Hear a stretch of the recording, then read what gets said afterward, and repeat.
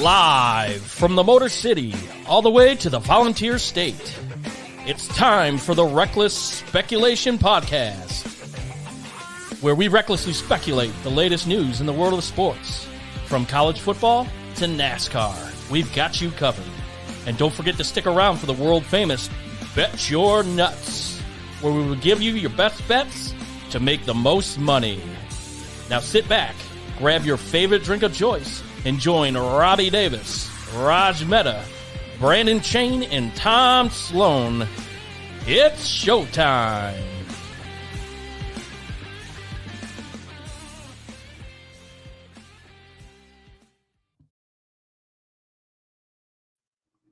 What's happening, everyone? This is Raj, and I am your host for today. Hold on while I open up my snob water real quick. As the host, I'm staying sober tonight, so having a delicious Topo Chico, who is not a sponsor of ours, and if they have a problem, they can, you know what. But I just wanted to say welcome to everyone. This week, we actually have a special episode. And by special, I mean, that each of us has our favorite teams that we wax not so prophetically about every week, and you guys are subject to listening to this. For once, Tom is a University of Michigan fan, true and true, go blue, born and raised in the Detroit area. And, Michigan obviously is at the epicenter of the sporting world, of the college football world, and not only on the field, which they more than back up no matter who's on the sidelines, but off the field. And this week we have a special guest. Her name is Michelle, and you will see her Twitter handle shortly. Michelle did her undergrad at the University of Michigan, from what I understand. And like Robbie and I, she graduated from law school, but she is smart. She went to Berkeley, got her JD there. So basically took the LSAT, which Rob and I took, and it's out of 180, I believe. And I think she got 197. So probably double what Rob and I got combined. But regardless, we wanted some insight into someone obviously educated, but specifically educated on the topic as well. And we wanted to get into that, the latest updates in Ann Arbor on Jim Harbaugh himself, perhaps on the future of Jim Harbaugh, and eventually discussing Michigan as a program and specifically what looms for them this Saturday and, from beyond, hopefully for them. So without further ado, I will introduce the crew to, I guess, my first introduction, right? Producer extraordinaire Tom is going to be Michelle. Michelle. Oh, it's Tom. Excuse me. According to the note, it does say special guest introduction first. So Tom and Michelle will collectively introduce the University of Michigan Brain Trust. How are you both? Michelle first. How are you? I am doing wonderfully. Thank you so much. So happy to be here. Awesome. We're stoked to have you, Tom. Yes, excited to have a fellow Wolverine fan on my side tonight instead of the opposite. So this should be a lot of fun. Oh, yeah. Like everybody hates Michigan and we just dug. I mean, hey, we're America's team now. If you were Alabama and you had that kind of heat, then yes, we'd be all over you. But yeah, you are. Now it's Michigan versus everybody. So we know how it is. Yeah. Up next is going to be our good friend Brandon Chain, I believe. Chain, Ohio State Buckeye, nice shirt. Hey, it's Ohio against the world, not Michigan against the world. Let's go now. Come on. Don't steal the thunder. Yeah. Robbie and I, with our collective 8-loss schools, are really, really weeping for you both. And, we hope just the best for you. But yeah, and last but not least, Robert Davis, how are you? And I was told this was going to be a college basketball preview show. We're talking about football. Well, we can talk about our Michigan hoops. Yeah. Yeah. I think you need to remove one of those degrees from the wall if you got the wrong show, you dumbass. Just kidding. But without further ado, let's just jump right into it. Tom, I'm going to start with you in terms of, and I'm going to let you. You're the most knowledgeable, you and Michelle, on the topic. So you guys feel free to run it and I'll interrupt as I do often. But, Tom, what's the latest in Ann Arbor? What's the last second up to date. The last I had kind of checked in was injunction time, and basically to explain the temporary restraining order and any tactic Michigan can throw in there to kind of get Harbaugh on the sideline for the time being. Where does that stand? Well, the hearing is Friday at the Washtenaw District Court, and so they're going to be hearing both sides, from what I understand. The Big Ten's going to be a representative, Michigan, obviously. And the other day, Jim Harbaugh made a comment that he was going to be there and he might testify. I think he's kind of backtracked on that since the comment. So it's unknown as to whether or not he is going to be there. That could be made for TV. If he was to testify, that would be priceless to hear. But then the latest that came out not too long ago is that there was a Freedom of Information Act request, and it came out to find that Connor Stalions did not expense anything, any type of purchase. So what that means towards the case, towards Jim Harbaugh, remains to be seen. But Michelle, I think you got some other information or knowledge that you want to share. Sure. So a few things. One is there's some speculation floating around that this may actually resolve before Friday, that the Big Ten, Michigan, and Fox, who is definitely an interested party, may all be in discussions to try to settle this before it gets to the hearing. If that doesn't happen and a hearing proceeds, my guess is that it might be private. I've heard a lot of people wanting to go, see what happens, see what's said. I think there's a chance, especially since we haven't seen the briefing from the parties on this topic, that this may all be being handled by the court under seal confidentially, which would make sense, especially given the pending NCAA investigation occurring in parallel. So that's something to keep an eye on, right? Even if Jim Harbaugh testifies, it may be the case that none of us actually know what he testifies about or to. So quickly, when you had said that, that's a great point to kind of explain to a lot of people that there are two, if you will, litigations, actions, causes of action, whatever have you, things going on, not only with the Big Ten, Jim Harbaugh, and there's also what the NCAA is pursuing.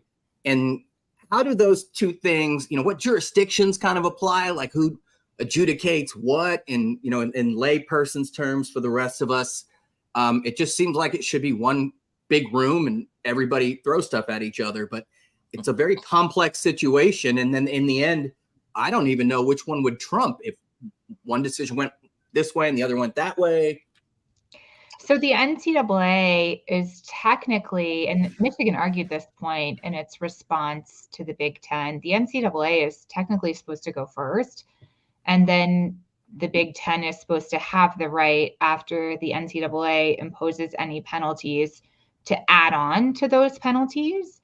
And the problem or the risk of the Big Ten doing its thing in parallel with the NCAA doing its thing is that they might actually reach different conclusions. And that makes both institutions look bad, right? So say the Big Ten rushes to judgment here, goes through all of this, suspends Jim Harbaugh, maybe continues to impose penalties like a, conference championship ban or something like that.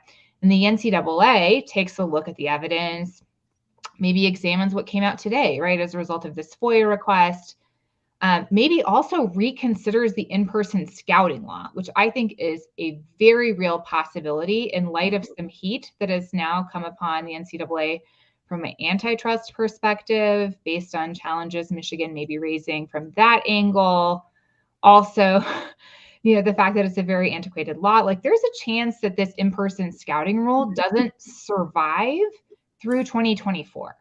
And then what does the NCAA do then, right? They repeal or revise this bylaw, but the Big Ten has already rushed to judgment and already penalized Michigan sort of effectively for violating that bylaw, in addition to the, sportsmanship policy. So there's there's a reason why the NCAA has said we'd like to go first here.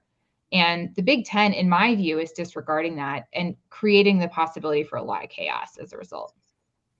I mean, theoretically, I'm going to ask Rob real quick. Like, theoretically, the NCAA, and they've been known to drag their feet, right? Like, and not care as much and sort of put a stall tactic and that type of thing. And I'm sure Big Ten and Michigan seem to be aligned in kind of what, at least not on the surface, but it seems as if they kind of both want the same thing.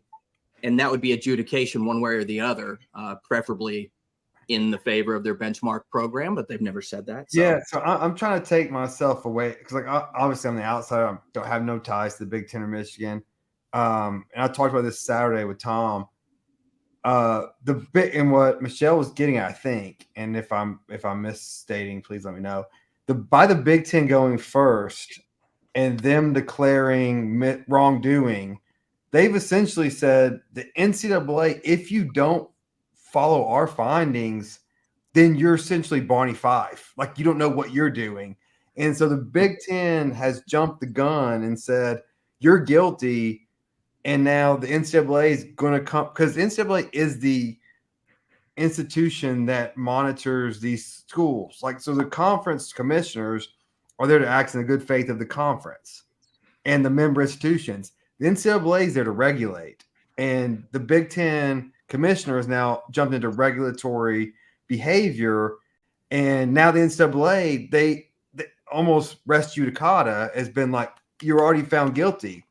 Michelle, I have a question though. When you said more than 3 attorneys, well, 2.5 on this thread, res judicata, you're going to have to quickly. Yeah, exactly. Res judicata just means like, I feel like I'm a first-year law student just yelling that for no reason. Yeah, if you've already been found guilty, you're adjudicated to be guilty. So everything else is good, just on punishment. Michelle, question for you. You said Fox is involved in these negotiations. Yeah. Are they and this is, sorry, we're going to get a little nerdy law stuff. That's why we're here. Is Fox threatening to interplead into this and say, because they're the ones really suffering irreparable harm of the 3 entities. Like, they're the ones that I think have the best case. I think they've got an interference with contract claim on the Big Ten. If the Big Ten does anything to, well, I think it goes 2 ways, right? If the Big Ten does anything to force Michigan to exit the conference, which is a real possibility, right? Well, that's boom goes the dynamite. Oh, yeah. That's why Fox is deeply, deeply interested in what's happening here. But I think even a level above that, if the game is compromised, if the Big Ten championship is compromised, if Michigan's playoff appearance possibilities are compromised, Fox is interested. Like, Fox and Michigan are financially tied in a very, very meaningful way. And I think that is showing up here. And I think Fox has, frankly, legitimate legal arguments based on the contracts it has with the Big Ten to be an interested and involved party. Well, and this is where it gets interesting, because Fox has contracts with the Big Ten. The Big Ten has a member school of Michigan. If Michigan loses, the Big Ten is still on that contract hook with Fox. Michigan isn't necessarily on that hook, I don't think. No, but I'm sure Michigan is probably a material asset. Term, but here's where it gets crazy: is to think about ESPN, right? Like, the fact that ESPN knew about Harbaugh's suspension before Harbaugh knew about Harbaugh's suspension and Michigan knew about Harbaugh's suspension suggests to me that ESPN is applying pressure to the Big Ten. First of all, because they called a suspension early on. They didn't want to look like fools. So I'm guessing they pressure Petiti and they're like, make sure this goes forward. You got to do something. But think about who benefits if Michigan leaves the Big Ten. ESPN. Who has the SEC media rights? Yeah. Wait. Yeah. I mean, if you don't think that, like, the millions and millions, if not billions of dollars that are flowing out of college football are not acting and influencing this situation, like, you're delusional. It's very cynical to view this all through that lens, but you sort of have to. And I think, honestly, the Big Ten leaking this to Pete Thamel before Michigan heard about it is the clearest evidence that media is deeply involved and deeply interested and deeply influential in what is happening. Oh, it's been totally evident. We talked about this the other night, how much the media has influenced this and kept the ball rolling with, all these stories here and there. Sources. Just keep it. What is the source?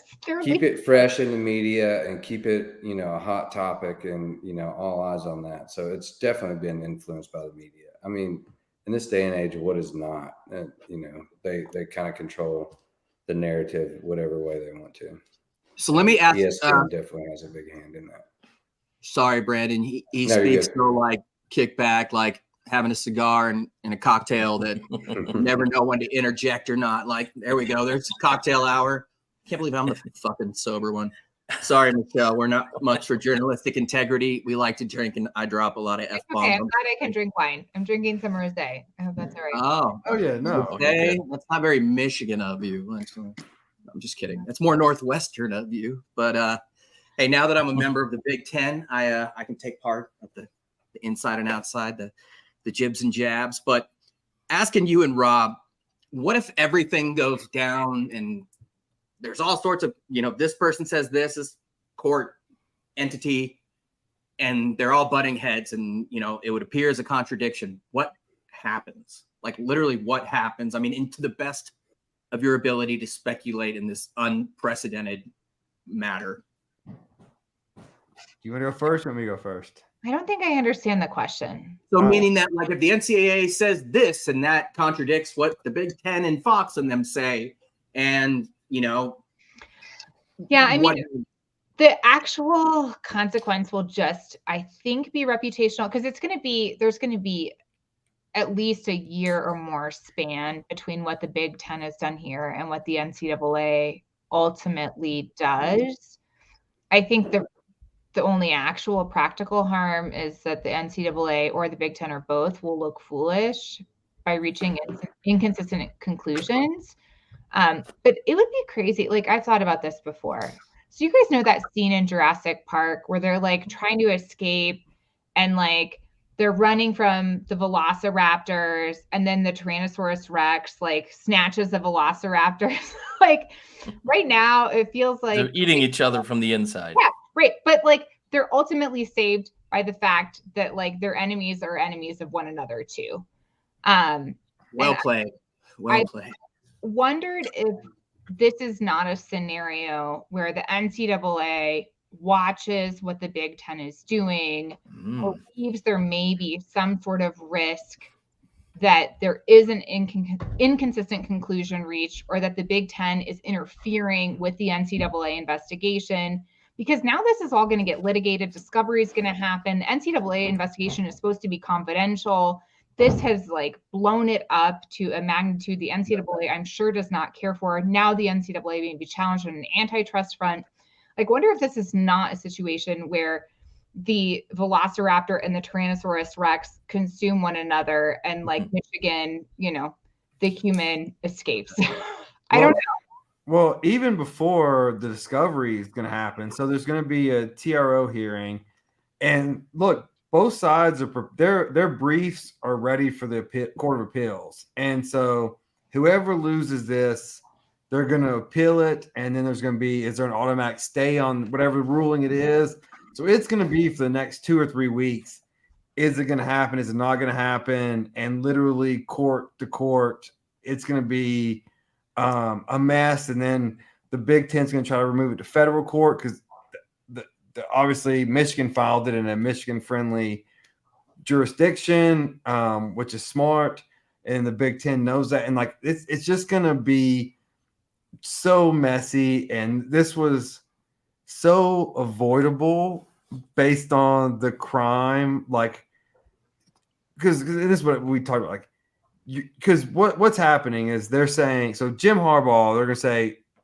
Well, we're getting more into the TRO and the irreparable harm later, but basically, the Big Ten's punishing Michigan by suspending their coach, but that's not punishing Michigan. That's punishing an individual. And so, because if you want to punish Michigan, you fine them or you suspend the chancellor or the president or whatever the situation up is in Ann Arbor, or the athletic director, but you just or the coordinators or someone that you have connection to, they just arbitrarily picked one person to suspend them without any ties to it. And it's going to be hard to prove how this is justified. So will we get an answer Friday whether or not Harbaugh is going to be able to be on the sidelines as early as Saturday? No. Depend. Unless they settle beforehand, which is what everyone's hoping for. This is just nothing but a spectacle at this point. This is stupid. In my opinion, it's bad for business on both parties, Big Ten, Fox, all parties involved. This is just bad for business. It's a bad look. Let them do their investigation or settle it out of court. Let them be suspended for 3 games, and let's just get it over with and stop talking about it. So I'm super curious as an Ohio State fan. I saw some chatter about this today on Twitter, some Ohio State fans saying that Ryan Day has weighed in to try to make sure that Jim Harbaugh is on the sideline for the game. Are you guys, him and the athletic director? I read the same. Sure. Yeah. Are you guys? I'm so curious about that perspective. Is that your perspective? Would you like to see 100% there? Yeah. Well, absolutely. I mean, give them no excuse, right? Yeah, no excuse. We want Harbaugh there. I mean, absolutely. Everyone's still signed. Everyone, this has gotten way out of hand. And it's starting to get way too much attention media-wise and everywhere else. And, just put the earpiece in their head, this will never be a factor. Like, I mean, I'm sure we'll discuss that later, but it's so asinine to me at this point. I mean, everyone's still signed. Everyone tries to get an advantage. If you're not doing that, you're not coaching right. And now, the infiltration of the sideline, whether or not he had anything to do with it or not, that's a little above and beyond. We get it. But again, you still got to run the play. You still got to stop it. And in my opinion, yes, I want Jim Harbaugh on the sideline.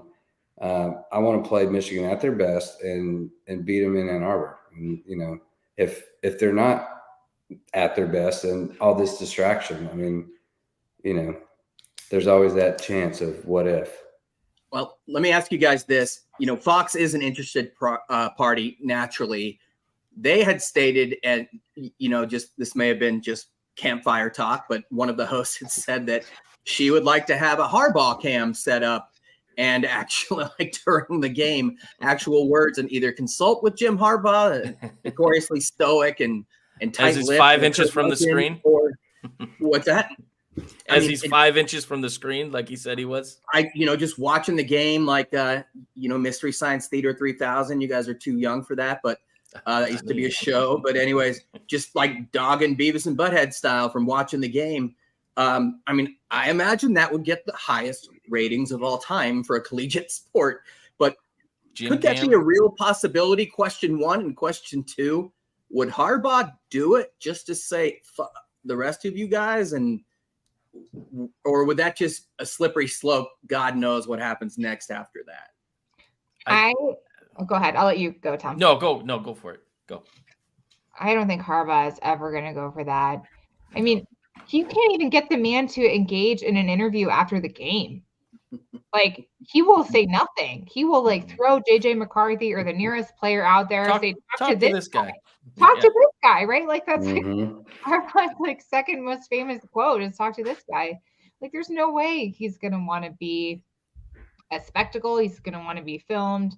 And I don't blame him. Like, that if you are watching a team that you love, that you're basically a father to, the way that Jim Harbaugh is to that team, like, it is deeply personal.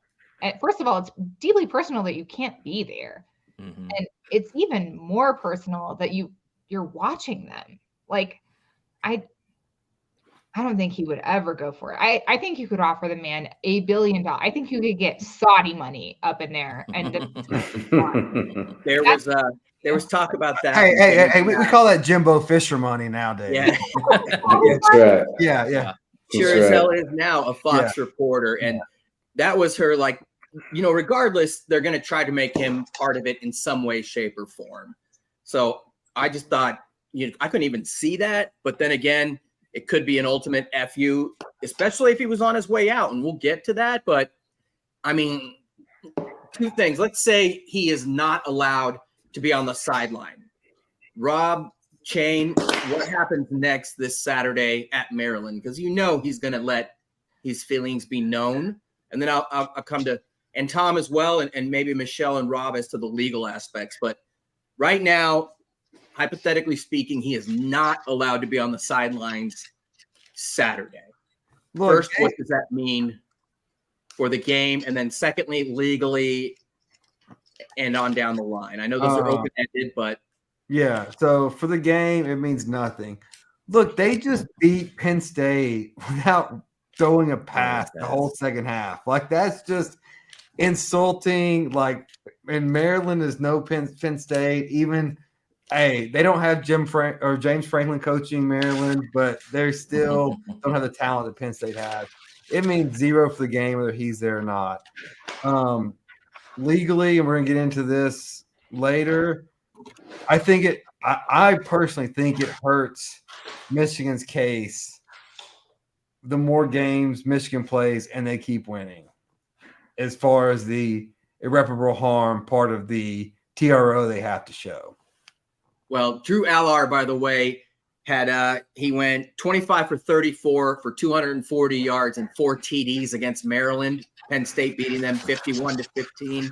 He went 10 for 22 for 70 yards against Michigan. So it's going to tell you something about the levels of competition that Maryland's about to face. There was something on Twitter where they were like imaginary signs like, "Hey, we're running the football."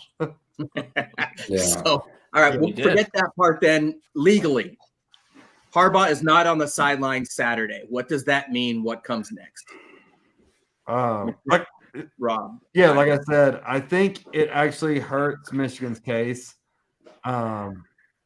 just because you have to show. Like, I think it'd be better for Michigan if they were like, if you don't coach, you don't get your game check. So if he's losing $400,000 a game, then Harbaugh, as one of the plaintiffs, can show, hey, I'm losing money. But if he's getting paid, and it may be the case, I don't know. But if he is getting paid as if he was coaching and they're still winning, it's hard to show what the harm is. Do you have to demonstrate the harm? Yes, you have to show let's do a child custody analogy. Oh, I don't want my child to go with the father or the mother because they're going to hurt them. Well, have they hurt them? No. Well, what evidence do you have? I just suspect it will hurt us. Well, if you can't show anything, then that's denied.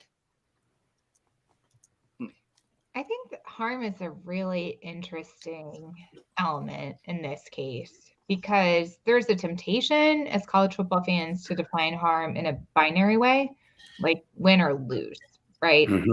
And Michigan won against Penn State. I definitely get the point that, well, if you can win without him, then there's no harm, right? But think about the broader context, right? We are in a college football playoff race that looks at more than just wins and losses. It looks at margins of victory. I think we can also look at the way the public has responded to the suspension of Jim Harbaugh and the fact that that has an impact on Michigan's reputation in the media, which is worth something economically, right? The fact that you've got Stephen A. Smith up there saying Michigan is cheaters. Look at them. I can prove they're cheaters. Jim Harbaugh has been suspended. That all matters too. And so I think it's sort of short-sighted to think of harm as just a binary win-loss when But Michelle, can you show any of this? Now Michigan's America's team, and so like Michigan's America's team. so you can be like the hatred is also fueling ticket sales, and I mean that's the hard part too. But like, how much is Michigan made off of Michigan versus everybody? Yeah. Not Michigan, but like Valiant, like the players are benefiting from that. Like, it's $45 a T-shirt. No, the judge is in a really tough situation. It was like $50 for the black shirt. Yeah. Would goodwill apply? I know it's usually a business versus an institution. I was just quickly, out of curiosity, irreparable harm there. Like, did you say yes? I think it could, right? I think it's you can interpret it really broadly. I think the question is, like, the court will look at the factors, right? But I think what the court will also do is sort of an eye test. Like, how badly is the Big Ten actually screwing over Michigan by doing this? And you can, I mean, the thing is, those factors are subjective. You can get a lot. I was a law clerk. I clerked in federal court for 2 years. I can show off here. I can take any side of anything and write it up. I have. I won't say who my judge was, but like, he could tell me the outcome he wants, and I will find a way to make it appeal proof. So Michelle, tell me if you agree with this or this. So if I'm arguing on Michigan's behalf, I say, look, if you're right and you say there's no irreparable harm, then Michigan wins out, they win the championship, and no harm's done. And you're on the right side of things. If you're wrong and Michigan loses and they miss on the playoff, they miss on this revenue, this is how wrong you are. So it's easier to be like, it's more devastating to be wrong than it is to be right. Yeah, and that's one of the factors. I think I looked up today the Michigan factors for the preliminary injunction. One of them is irreparable harm, but the other one looks at sort of the irreparable harm factor from the other side. Like, what is the harm of not issuing the injunction, right? Not changing what has been done here. And I think the flip side of that really favors Michigan, because you just get to see the football season play out as it would have, right? With Jim Harbaugh as the coach, with this team being able to continue through the season without the distraction. It's hard to sort of articulate from the Big Ten's perspective the harm of putting Jim Harbaugh back, especially because there is even less evidence that he was involved in the sign stealing, and the sign stealing itself is not a harm, right? Everyone knows. Let's hear your argument for the Big Ten now. You said you can argue both sides. Let's hear that argument. I don't want to give them any idea. Don't worry. No one's watching. You'd be surprised. They're tapping phones all over. From the Big Ten perspective, the best argument I can think of from the other side is that it's similar to how you can put someone in jail before they've been convicted.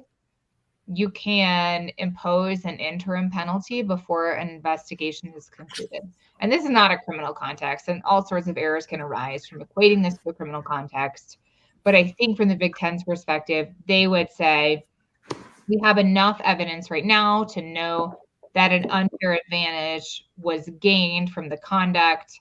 We need to impose the penalty immediately to offset that unfair advantage. The best tool available to us to offset that unfair advantage is to impose a suspension of the coach.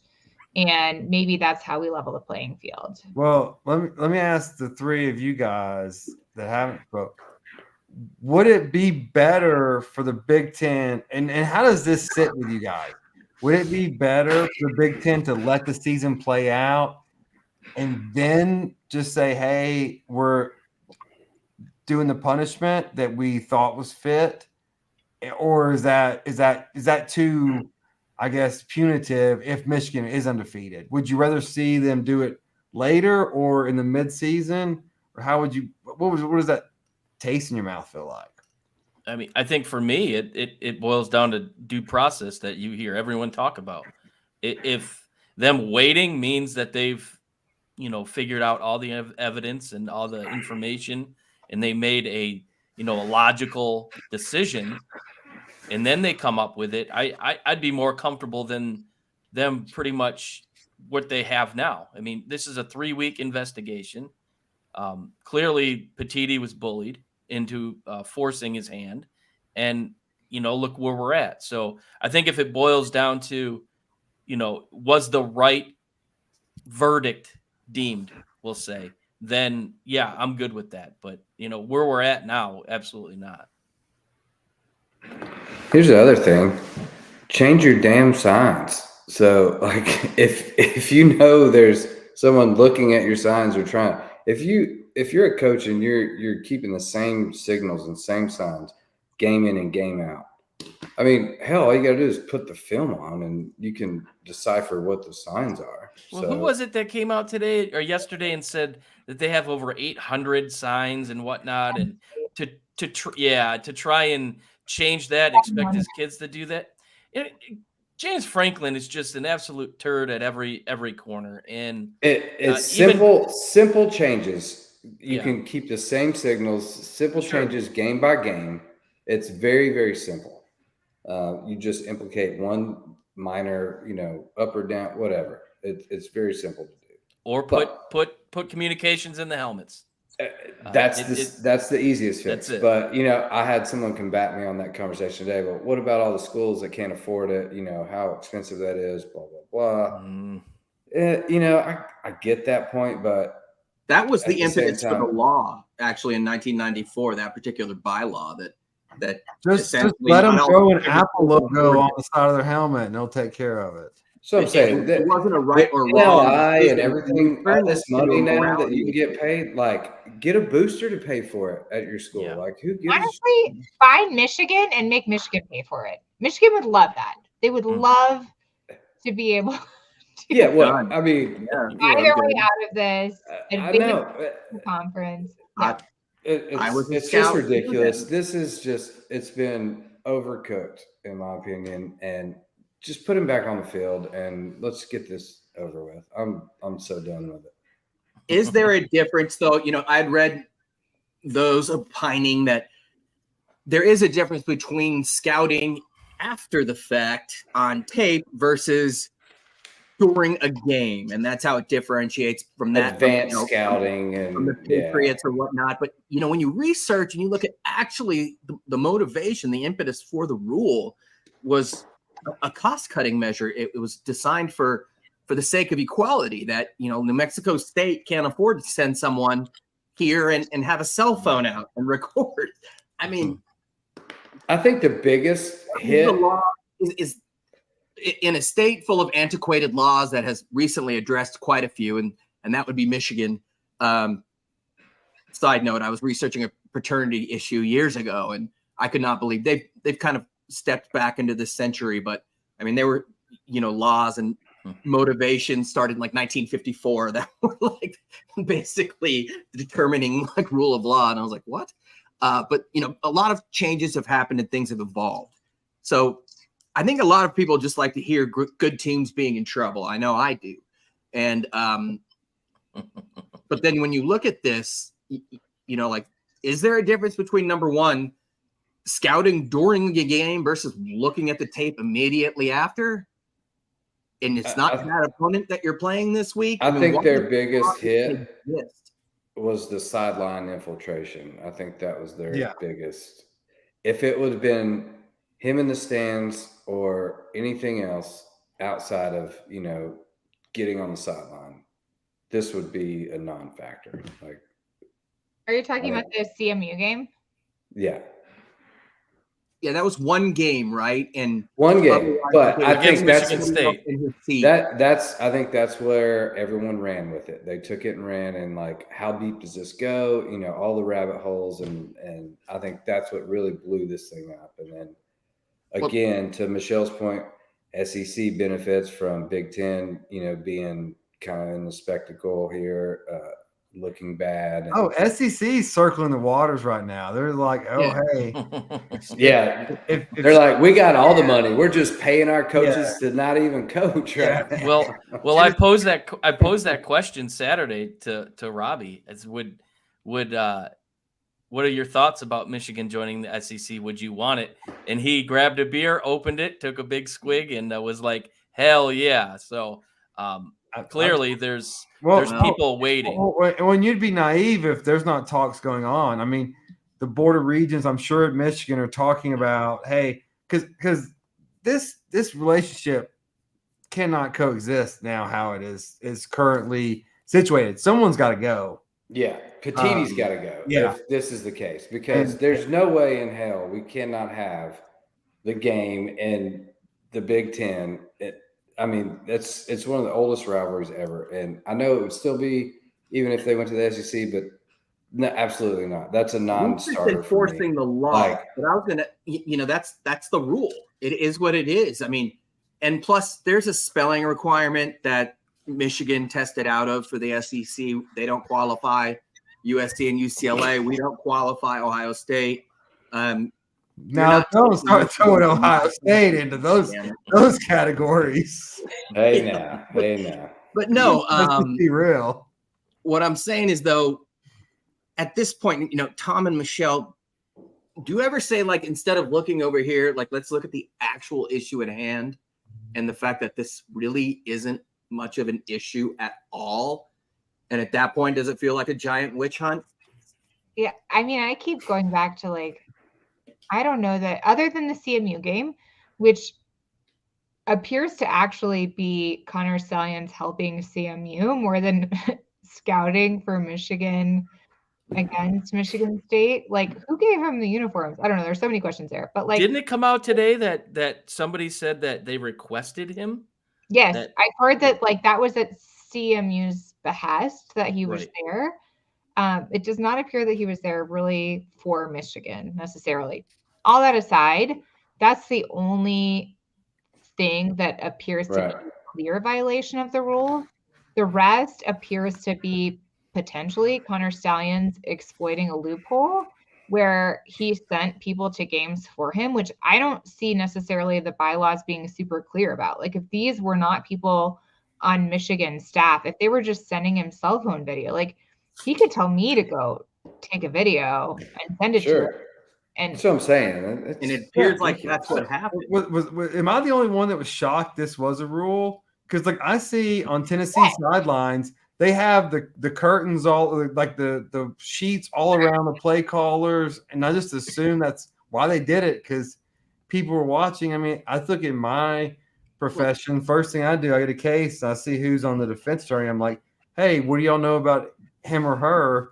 And then, like, hey, if they're at trial, I'm gonna go watch them. And it's like scouting your opponent, right? Like in the game, though, like they can see your signs, what you have signs for that particular game against that particular opponent. But in football, there's always sort of been an unwritten standard of, quote, discovery, and the attorneys here can, basically, you can't pull any surprises out at court. We get to see your shit, and vice versa.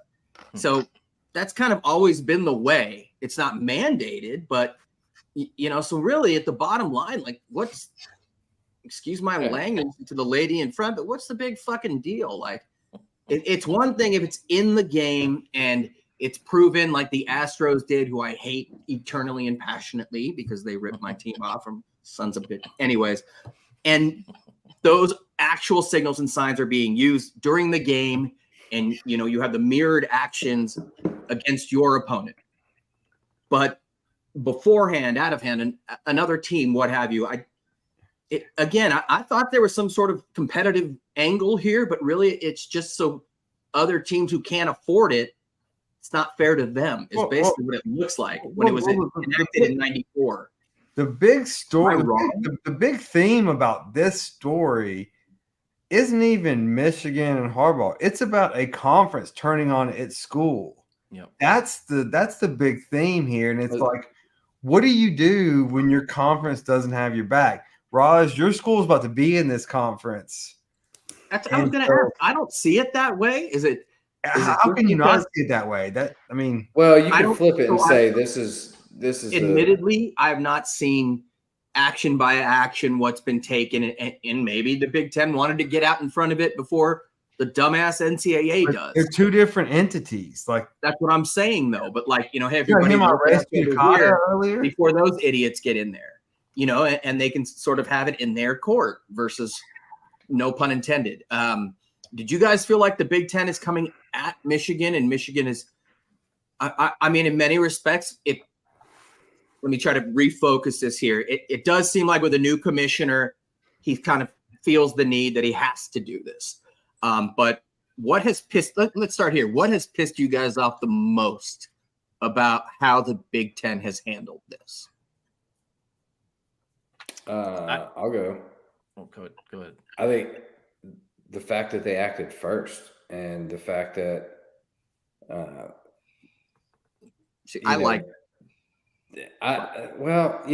don't. There's supposed to be somewhat protection there. They're supposed to protect the schools in the conference versus this. And do they really want this spectacle? Like, how big of a deal is it? Just because you're watching ESPN headlines and all this BS that's going on. I don't see what the big deal is. A lot of people feel differently. But acting first, that also tells me that, the NCAA, and we've all talked about this before, they're losing so much power. They're almost so scared to even make a move like this that I think that's why they haven't. And maybe ESPN and all the media has kind of forced the Big Ten commissioner Petitti to do something like this. And maybe this is, hey, we're going to suspend him 3 games. There it is. Sweep it under the rug, and now it's gone, over and done with. That would be great. That would be, kind of time served or whatever if they find anything. But I think they acted a little. Because that's what I see them doing. I mean, to stay consistent for our Michigan folks, they're going 8 miles. You call them out in front, and therefore when Papa Doc gets on the mic, gets on the stage, he's got nothing to say. I mean, they call it out. They dictate the conversation and frame it. They dictate the penalty, which ends up being minor. The NCAA is not going to do anything after the fact. I mean, for a number of different reasons. Yeah, but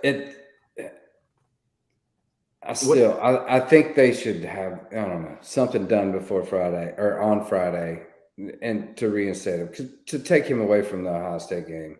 I mean, that's the only game that matters. Like, I mean, so let him sit back and get a pedicure. Thanks for helping. Football in a nutshell. Not that they're going to be worried without him. I mean, they're like undefeated when he's not on the sideline or whatever. I mean, they're fine. I mean, but they could be undefeated with me on the sideline at this point. But But I'm asking, these 2 Michigan folks are about to blow their top. So, Michelle, you want to go first to that original question? Please don't ask me to react. Basically, the Big Ten, how they've handled this. Does it piss you off?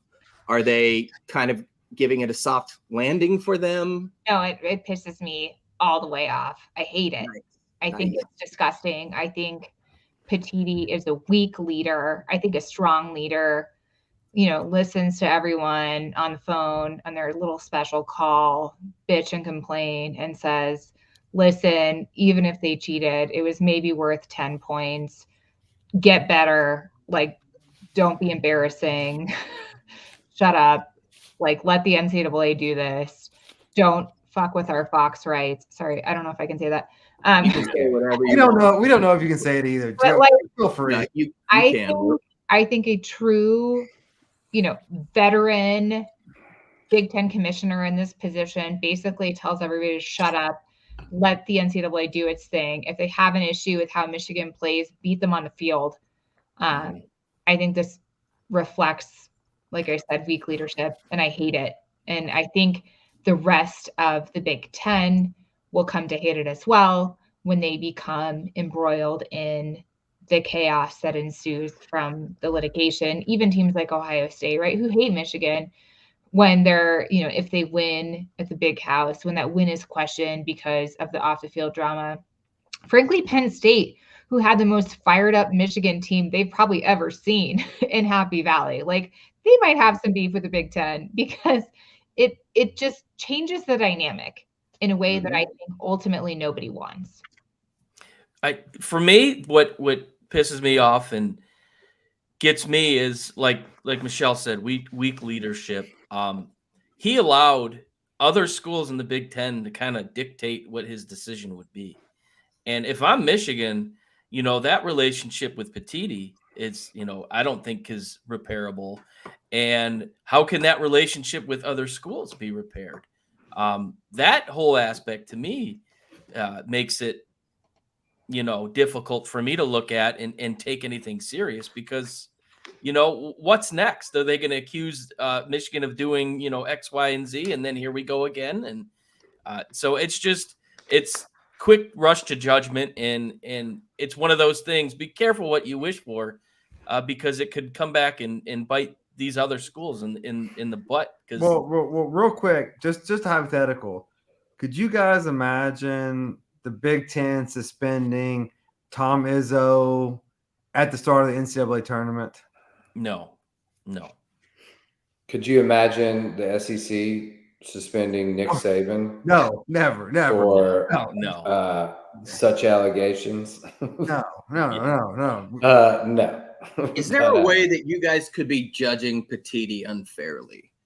Coming with his background, being a TV executive, taking a new role after Kevin Warren left. He was an MLB guy. I've read articles that it speaks to his credibility in calling this out, not sort of sweeping it under the rug and in essence doing the opposite, calling it out, minimizing it, doing a penalty that'll mean jack shit for all intents and purposes. And thereby, not essentially, or is he sort of rebounding from that reputation that, hey, he's a TV guy, he doesn't care, he'll just want, so he thinks he better do something. I just feel like it's damned if you do, damned if you don't for that guy. No. So Raj, this isn't Michigan doing an internal punishment. This is I'm talking about Petiti. I understand, but like you'll see like schools that say, hey, we'll get ahead of this. We'll do a self-imposed bowl ban, or like schools do this. This is the conference doing this. They're essentially giving the NCAA the blueprint to do what they want to do. The NCAA is going to come down and punish them worse because if they don't, then they have their function. Their function is nothing. They've got to show they have some sort of authority. They've often said that it's been handled and that we don't feel the need to add or subtract or whatever it was. No, but that's when schools say fuck off. That's when conferences say fuck off. We're not you have no power. But when a conference gives you power, they will exert that power. Yeah, they will. Like Michelle, like Kansas, UNC just said no. Michelle, I'm going to ask you to be that T-Rex in Jurassic Park argument. Can you make a case for the little kids, them being Petiti? Like suddenly somebody you were after, but all right, wait a minute. Maybe, if I were defending him, what would you say? Or is that just like so hard right now you want to punch him in the face? Well, I can do it.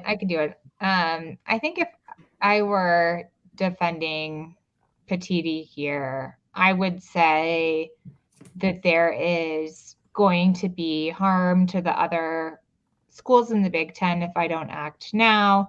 The NCAA process takes too long. We, by design, have more nimble processes in place. The sportsmanship policy gives us broad authority to act, and we can. And this is at least within our authority to do. Whether you disagree with it or not is fine, but we can do it. I'm not just responsible to Michigan. Michigan doesn't run this conference. This is a democracy. This is not, some sort of democracy. You got my vote. That's what I'm talking about. Like, that type of rhetoric. And that is a district clerk. It humanizes. I know exactly. You may be getting a call, Michelle. Well, I don't want to call. I'll hang up. Hang up and listen. I can see it from that standpoint that the man is no stranger to controversy. That I think he was it would have been better because there aren't necessarily any ways to reveal collusion for him to call Michigan and be like, look, let's do this together. We are we are college football. We hope to be that benchmark, absorb the other one and not the other way around. Let's figure something out here and keep those NCAA assholes out of it, something like that. I mean, they're definitely, I don't know what the laws would be in that sense, but, I don't want to make the guy look high and mighty, but I can see where he's coming from. I also, he came from a very antagonistic standpoint, if you will, and I can see how people are pissed. And I don't know, in my opinion, I mean, just initially I thought he was calling it out, defining the narrative himself, not letting the NCAA, hoping to have some sort of minor, if you will, punishment. The NCAA would say that's cool and then move on. But clearly that has not happened. I'm going to kind of skip forward here, but I'm going to ask each of you one by one what you think is going to happen next. Like ideally, what you hope will happen next and what will happen next. Rob, I'll start with you. What do you hope is going to happen next? But practically speaking, what will happen next? And we don't have credibility rankings. That's why we like to have cocktails. You say whatever comes to your mind. I think I got way worse shit on you than this. I think we see this as a sporting event, and we see this as we see this as a big deal. We see this as a championship run. We see this as a Big Ten versus Michigan. I think the judge sees it as a temporary restraining order hearing, and I think she denies it. So I think Harbaugh does not coach next week. I think it would be better. The timing of this is awkward because I think it would be better if the assistant coaches and players were there to testify on actually how much the harm they feel without the coach being there, but they're already going to be in Maryland. And so even if it's just Harbaugh talking, I think this is what happens. Well, you don't know because you don't have the reciprocate of the coaching and the skill set and all that. So I think the judge denies the TRO, Harbaugh suspended, and then Michigan appeals, and then we'll see what happens. I like it. Tom? Well, I'm very biased here, and I'm sure Michelle is as well. Let's do it. I like what she said she heard today. If the TV deal is coming to play, which there's money involved, so you work out some sort of a deal. Like, okay, he's recognized as possibly a suspension even this week, and then he's on the field for next week. Because let's face it, if he's on the field next week, ratings are even more. Ratings are going to be through the roof anyways. But when you throw Jim Harbaugh back on the sidelines, that makes it that much more of a huge storyline. So what I want to happen, is all three parties kind of convene and meet in the middle, so to speak. So what will happen? I tend to agree with Robbie. I think the judge is going to deny it because she has shown to not show biases towards the university that she graduated from. So I think as a PR standpoint, it might make her look bad if she grants it for Michigan. So I don't know. Maybe she does deny it, but suspend them this week, have them there next week. All parties are satisfied at that point. Shane, I'm going to come to you next. Then Michelle, you're going to be Miggy Cabrera and hit cleanup and walk us off. Yeah, I agree with these guys. What I hope happens is they get this thing figured out Friday, and I hope he's on the field Saturday. I mean, this is just, like I said, ridiculous at this point. What I think will happen, potentially missing this Saturday, but he will be back for the Ohio State game. Michelle, it's all you. So you don't get very far in the legal profession unless you're a pessimist. It teaches you to lose. Everywhere else, you benefit from thinking the best thing will happen. And in the law, you have to think about the worst thing that could happen and plan for that. So in my pessimistic mind, I think he remains suspended through the Ohio State game. But I actually do have a little bit of hope that they're able to reach a resolution before the hearing. I think I would honestly put like a 40% chance on that. If they don't, if it goes to hearing, I think they lose the TRO. I think he remains suspended through the Ohio State game, but I do think that that's punitive enough that Michigan does not see any sort of Big Ten championship ban or postseason ban. I agree entirely that just Michigan, Ohio State itself is just the aura surrounding the game, and by title, name, and reputation will be enough in the world of college football that you take him out of that, and what's next? They're going to take his dog from him, like his chicken. Football, that's kind of that's a brutal punishment right there. That's like oh, wow, although really in the grand scheme of things probably doesn't mean a ton, but I couldn't see them levying any more punishment, especially for at the heart of things. Although again, he's no stranger to punishment. Even if you look at his controversies going back to the football camps in 2016, they're all loose interpretations, bending of the rules. He's obviously a brilliant guy, and he's not stupid. And it really was a witch hunt, in my opinion, multiple different times. I think sometimes people just like to see what he's going to say and just to piss him off. But has he ever done anything to give an unfair advantage? No. He's done everything he's allowed to do, and basically interpreted those things in a very intelligent way and taken full advantage. And this is no different. All right, Raj. Michelle's Texas on the chat. She's got to go. Michelle, thank you for joining us. Thank you, guys. This was a blast. Really this was awesome. Anytime Thank you. Come on. I would love to be back. You guys are a lot of fun. All right. Yeah. Thank you so much. And next time I'll get here. Go Blue. Go Blue. American Standard Time, and have better questions for you. But all right. Bye, guys. Go Blue. Enjoy. Thank you. All right. I didn't even see that, dude. That was awesome. Yeah, guys, check her out at Michelle K4040 on Twitter. I saw she hangs out with that big game boomer idiot. I think that guy's a moron. Jason Brown. Is that Big Game Boomer? No, she goes on. Jason Brown show. No, that's great. Dude, that guy is unique, and I mean, whatever you think of him, he's mad, entertaining, and hilarious. And the only white guy from Compton ever allowed or survived, according to him. But no, I looked on Twitter, and she had like a Big Game Boomer dude had like referenced her, and I was like, oh. But anyways, you guys want to take 5 real quick? What do you want to do? Yeah, we're live. Commercial break in there. What's that? Commercial break? Can we do a commercial break? Yeah, it's a minute 19. So all right, that'll work. Quickly.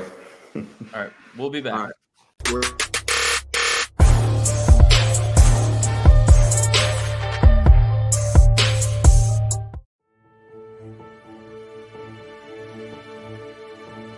Have you or someone you know been involved in an accident, is about to go through a divorce, or needs to file bankruptcy? There's only one law firm to call: Davis, Kessler and Davis. Whether in Chattanooga, Winchester, or anywhere else in the Volunteer State, they are the preferred law firm that gets results. Call them today at 423-267-7000 or visit them online at daviskessler.com. Are you thinking of building your dream house, or maybe remodeling your existing residence? Look no further than C&W Construction. They are the premier home construction company in the greater Nashville area. Whether a new build or backyard oasis, they can get it done. Become the envy of all your friends and neighbors. Call C&W Construction at 931-636-3535 and get started today.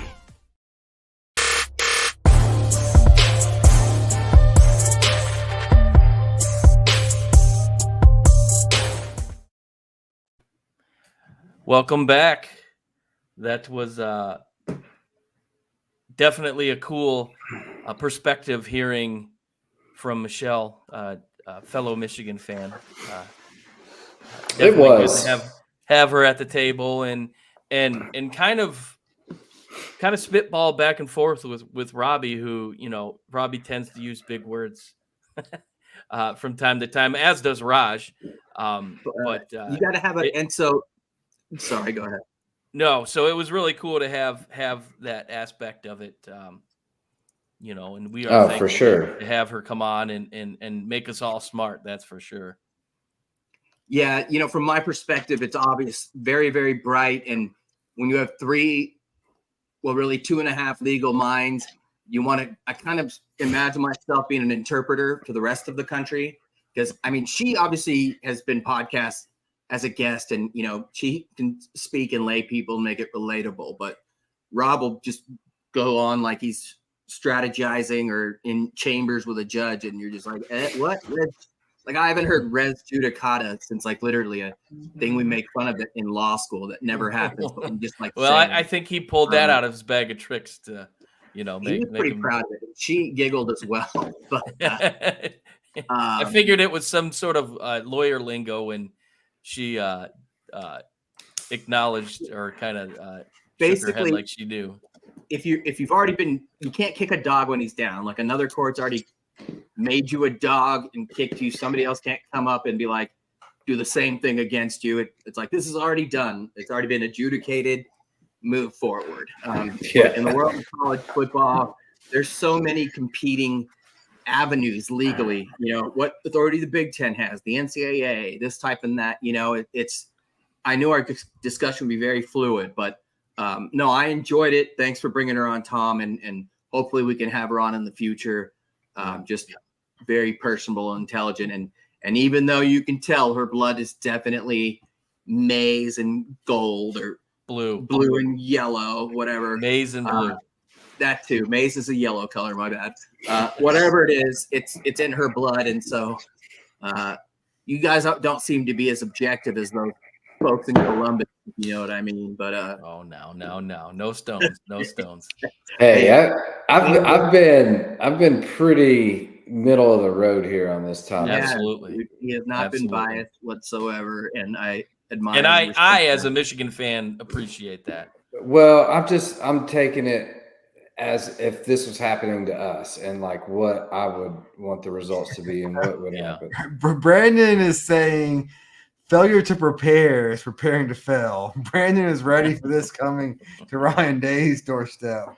Oh no, not at all. I'm just saying how asinine this is, and when there's not a lot to talk about, how the media can run with something and stir shit. I'm just amazed how much the Big Ten cheats and they can't win championships. That's what's amazing. No. I'm just amazed how UT became a basketball school all of a sudden again this year. It's basketball season. It was like, we're going to win the national championship. Oh, we're a basketball school again. Here we go. It moves quickly. You got to keep track. Yeah, dude. It's inevitable, but we just keep jumping from one to the other.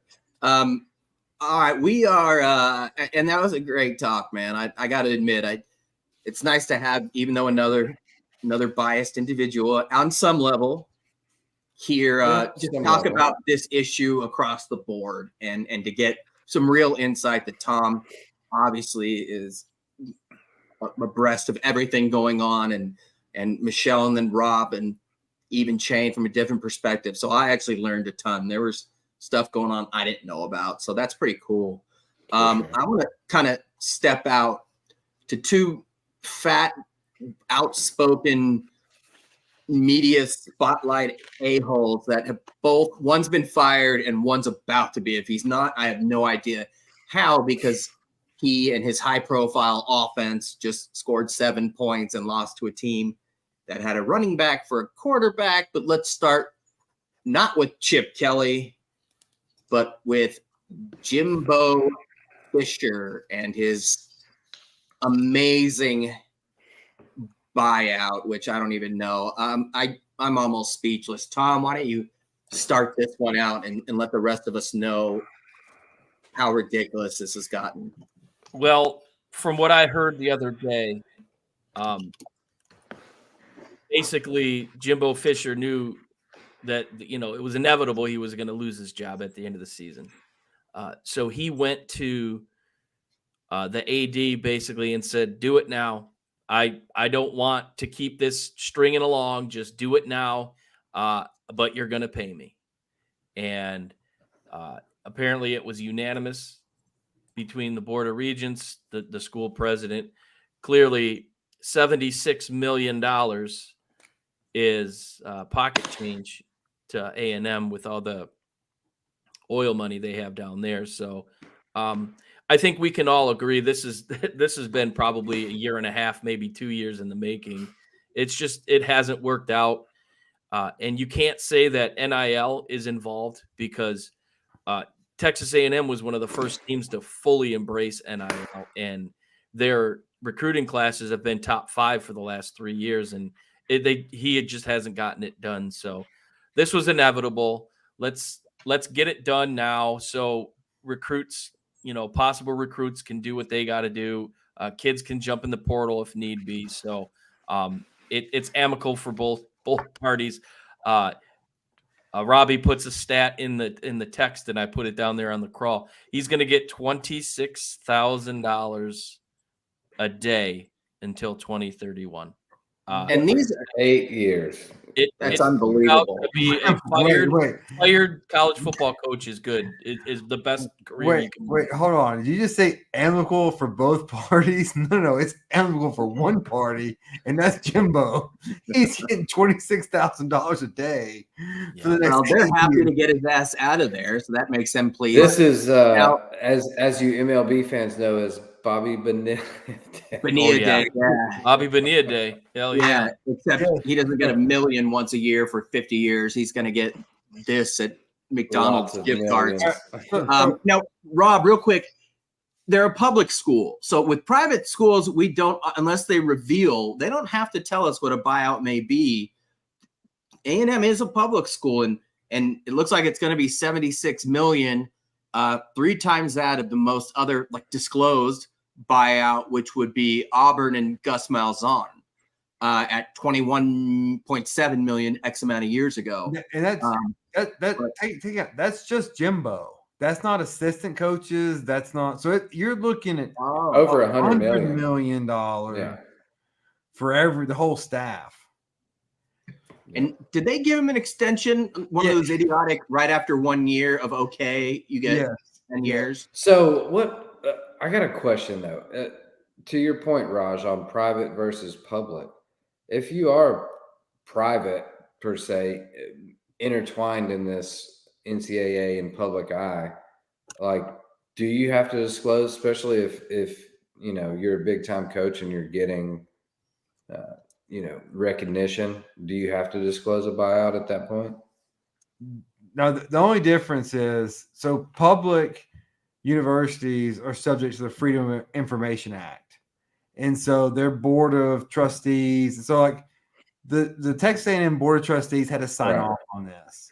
Where like Duke or Vandy or Northwestern, they can just write a check, or they can just do it, and they can do it in private.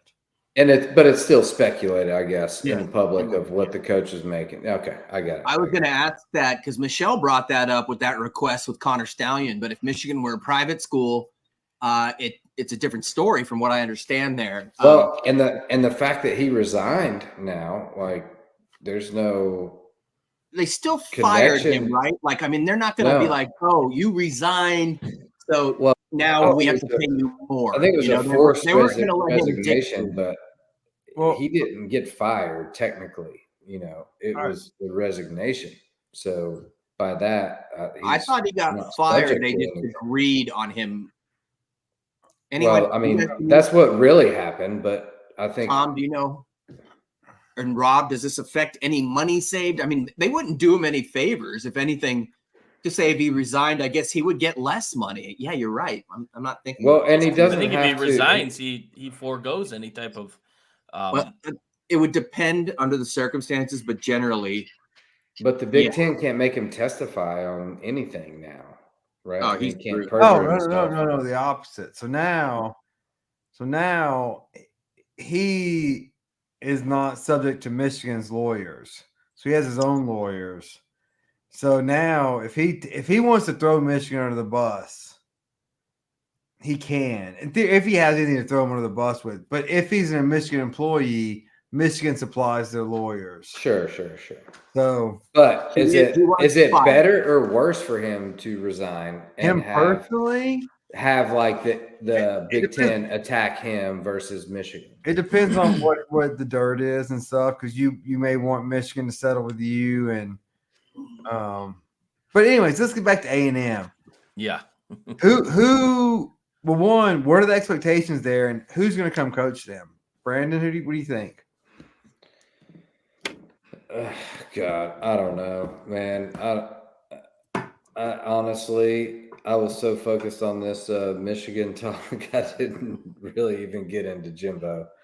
Tom, I don't know who's gonna. I mean, not speculation of Harbaugh. There's no chance Harbaugh's leaving. The only way he leaves Michigan is to go to the NFL. He's not going to another college. That's out. Dan Lanning, that's out. I mean, he's not going there. He's already made that clear. Some of the other ones, I don't know. I'll let you roll with that, Tom. But well, I was watching Josh Pate, he has a YouTube podcast show, and he basically laid it out that don't be surprised if names that you initially would say there's no way. Yeah, there's a way. And it's basically it's money. I don't believe it's Dan Lanning, because he came out right away, said, listen, I've got all the ability here. I've got all the functionality here. He's got Nike money, and you can't compete with that. So he has the ability to get the best kids in the country right now, and he's building a juggernaut. Personally, I mean, who's out there right now that isn't coaching that could make an instant splash right away? And it's Urban Meyer. Don't say it. Come on. I don't want to see it, but that's the reality. This is Texas A&M. They have no bottom, and it's SEC. So there's all kinds of smoke down the road in East Lansing that he's been talking with them. I don't believe it personally, but there's been a lot of reports. So, and nothing has been said since. So I think this is a situation. You look at who you have, Kalen DeBoer, you have, Dan Lanning, you have MCDC here with my Detroit Lions, who's an alumni, and the message boards out of Aggie Land, they want him. Who I think they go and get, or who should they go and get? Jedd Fisch from Arizona. He's absolutely turned Arizona around, made them a relevant program.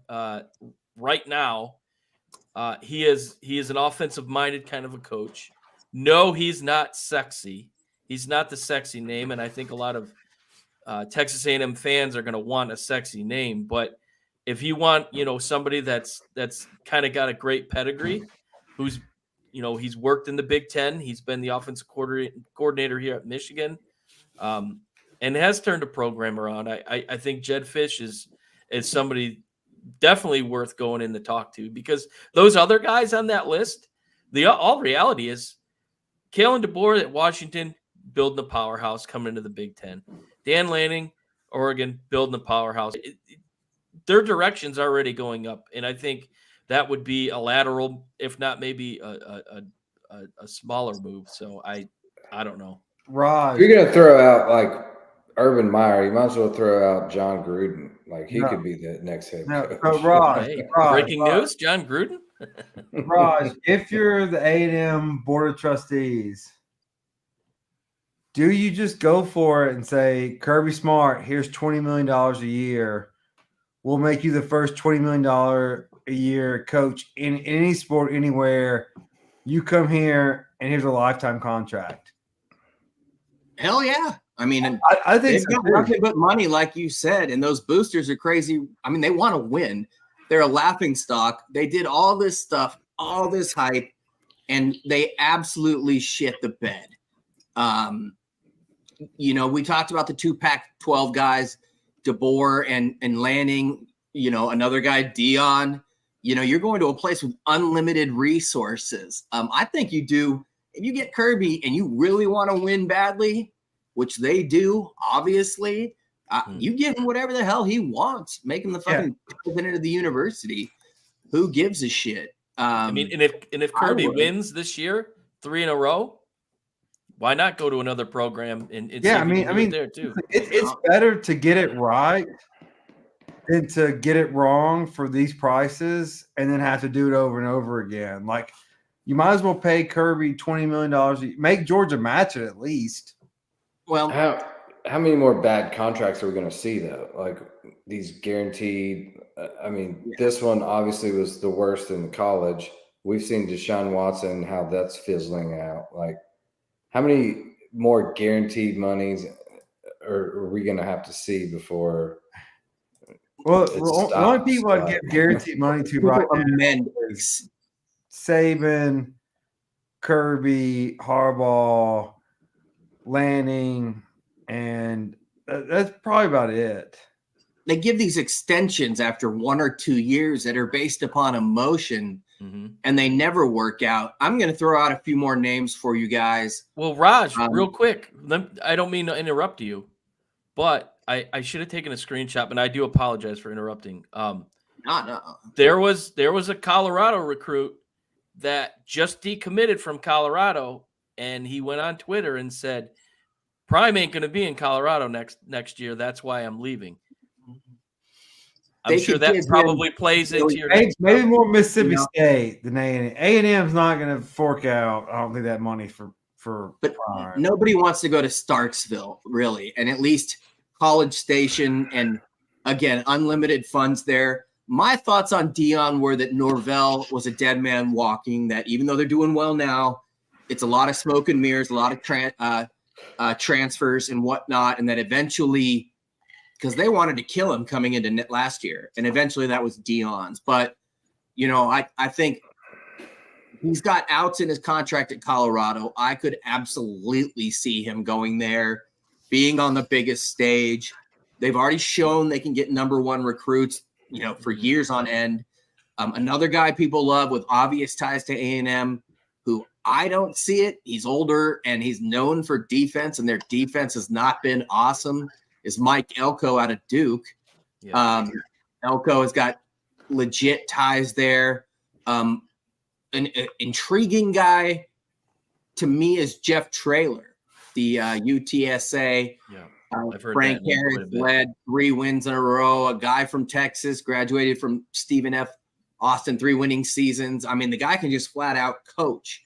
I guess it comes down to now is, do you need a name in that area after all this bullshit and after trying to, rub shoulders with all the name coaches that are in the SEC? Do you need to get a Kiffin or somebody like that? Or can you go for an unproven up-and-comer like Jeff Traylor and just see what happens? How much pressure are these guys under, these guys being A&M staff? And do they succumb, or do they make a smart decision? What do you guys think?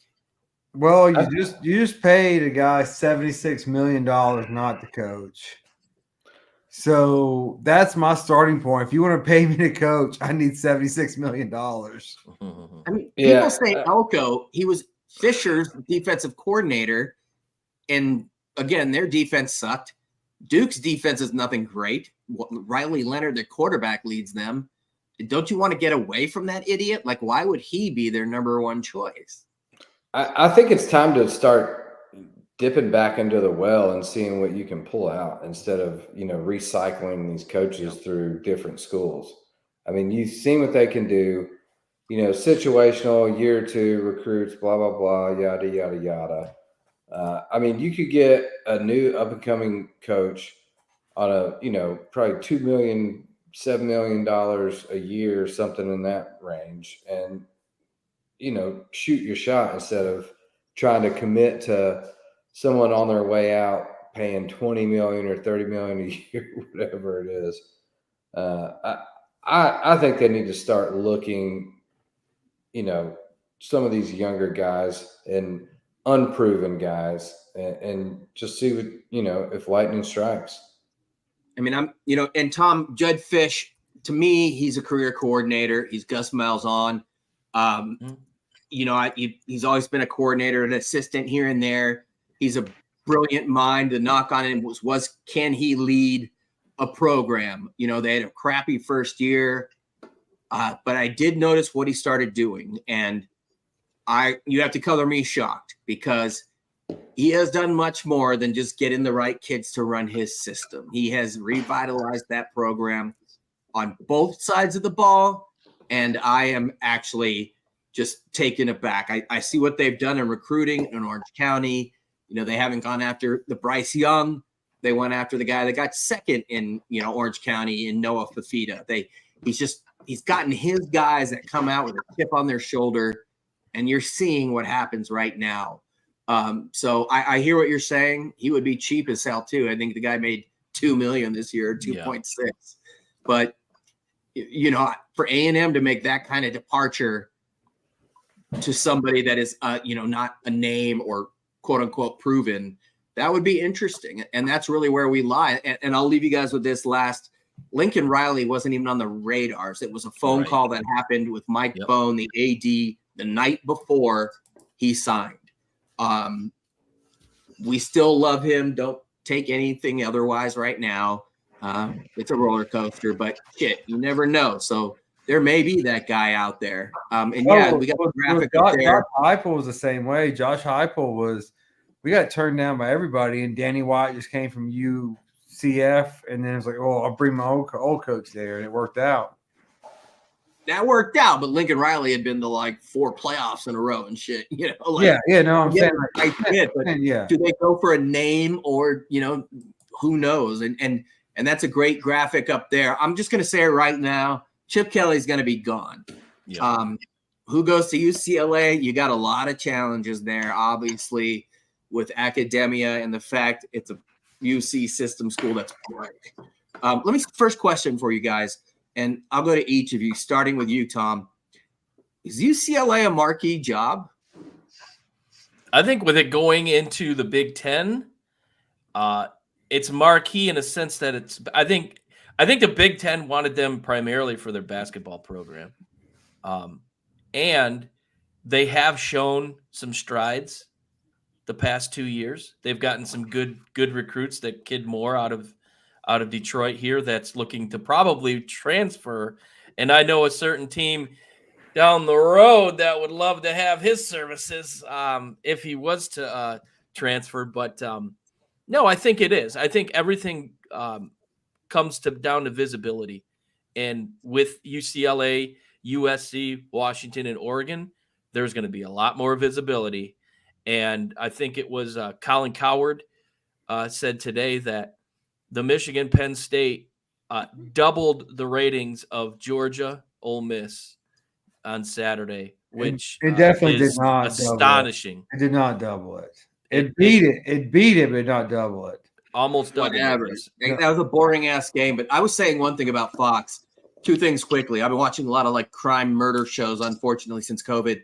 And I was like, if they have body cams for cops, why can't we have umpire cams like running around? And of course, Fox brings it up, and they have that like Fox extreme in your face coverage, and their coverage is actually pretty entertaining. It's not the most like football-esque, if you will, but I was watching. They made that Penn State Michigan game look interesting, and it was not fucking interesting. I mean, I like watching Michigan and Sharon and the drama and how they play, but Penn State is ass. James Franklin is ass. There was drama there, but if you watch that game on a Tuesday night and it airs on, True TV, nobody watches it. There were some factors involved. So I could see that. But back to the issue at hand, I agree with you. UCLA is in a good place. In my opinion, I'm biased. Of all those schools, Arkansas, A&M, Mississippi State, the navy blue and sunshine and palm trees of Westwood and Pasadena, winning there leaves more of a mark than any of those programs, in my opinion. But that's just where I'm coming from. Those top 3 schools, it just seems like, they trade coaches. I don't even know what's going to happen, at Mississippi State next. What about Pittman at Arkansas? Is he dead man walking? I mean, he is a dead man walking based on his health and whatnot, but is he gone, Rob? Like what's going on with that guy? Well, yeah, I think he has run the end of his course, but I'll go back and answer the previous question. Please. UCLA is the hardest job of those that you just put up on there. Yeah. UCLA is a magnificent campus. It is deep in basketball tradition. They play their home games in the granddaddy of them all, the Rose Bowl, but it's in Pasadena, and it is hard for students to get there. You look at Chip Kelly there; it's Tarp City. I went there. UT played UCLA back in, I guess, probably 2009 or something. There's probably 15,000 people there, 10,000 UT fans. It's hard to get people to those games. It's hard to get momentum. And if you're recruiting there, how are you going to sell people for an empty stadium? It's hard to do. I think they're going to have a hard time getting a new coach. And you compete against USC, a private school, without the UC restrictions of getting kids in, and their stadiums downtown, Coliseum, LA, down. It's all the vibe of LA versus UCLA and Pasadena. The vibe is like 45 minutes from campus on a good day in traffic. The vibe is completely different in basketball. Poly Pavilion's right on campus, and the Trojans basketball arenas not far off campus, but it's just no one goes to those games, and at least not when I was there. But it is just UCLA is the hardest, maybe one of the hardest Power 5 jobs. Even Kansas State, Kansas, there's nothing to do in those cities. Oregon State, Corvallis, there's nothing to do in Corvallis besides go to the football games. LA has everything else to do besides go to a UCLA football game. You have to command eyeballs in that town. And not to mention, like you said, it's hard to get to. The traffic sucks. There's 14 billion other things to do inside and out. And as hard as it is to get to, it's impossible to get out of. No, it's a 12-hour day. We bring beers before and then after, and make sure someone is got a fake driver's license, like 14, to drive us home because it's a shit show. I read that Pittman's buyout, if he got fired, would be $16 million if he got fired by December something without cause, December 23rd or something. Is that the type of money Arkansas can kind of just ditch? And if so, that kind of means like, shit, we better get a big name here. Am I right? Walmart money. Yeah, that's true. You would think. Yeah, I mean, that's nothing. The problem is who comes to Arkansas like that. Like I don't like Pittman hasn't had a good Gus Malzahn. But Gus Malzahn. He's the winningest. He's the winningest coach in Arkansas high school football history. He's already at Auburn. He's going to Auburn. He's at Auburn. He's the coach at Auburn. No, wait. That's no, he's not. Not anymore. They got the bigger cheater. They got Hugh Freeze. Gus Malzahn's at what Central? Is he at Central Florida? Central Florida. I can't keep track of these Auburn coaching carousels. It's one sleaze. He was at Auburn. Another. Butch Jones. Tuckerville. Butch Jones is likely to get fired, they say, from Arkansas State. That's a possibility. Hey, and I'm going to go to Tom here with a couple of Big Ten programs. What are the odds that Mike Locksley and Tom Allen of Maryland and Indiana survive, respectively? I don't think either one of them are going anywhere, because I think a lot like Arkansas, who are you going to get? Who are you going to get to go to these programs? It's because the reality is next year they're going to be left in the dust with no divisions, especially Indiana. They're going to be middle of the pack at best. Maryland as well. So Loxley's a good coach. I think they're both good coaches for that program. So, they're what is Maryland 5-5? In Indiana. Indiana shows fight every year. So I think it's just a matter of getting kids there. But I don't think the coach is, because who's going to go there, basically. I mean, they've had Jimbo, Phoenix and a bunch of other guys. They had a couple running backs that were good. I heard the name Antoine Randall L, and maybe that's just because he's the greatest player ever going back to Indiana to come out of Indiana football. At this point, they're looking at former players and just hoping, because the flip side is, if you take these crap coaches into the new Big Ten and just get buried down that list of 16 schools, are you ever going to be able to come back from that? I have no idea. If you're kind of a middle of the road program like those two are, like, why are you even attempting to try a coaching hunt with this carousel that's already going on right now? Like, just, keep what you got. Yeah. Keep what you got, bide your time. Maybe somebody will pop up, but you got Kentucky philosophy with Mark Stoops. Like, just keep the guy. He'll have a good year now and then. You're not going to win the goddamn Big Ten. Like, nobody's expecting that. Just, get your TV money and, win a game or two. All right. The lights are about to go off in my office. Let's get to making the kids some money. Hey, last thing real quick. I'm going to chain Rob, all of you, real quick. This is a fact. Hypothetical one. Fact. Coach Orgeron is the head coach next year in college football. At what school? In my dream world. Chain, where would Coach O, in your mind, conceivably be a head coach? Mississippi State. I love it. Rob? Tulane.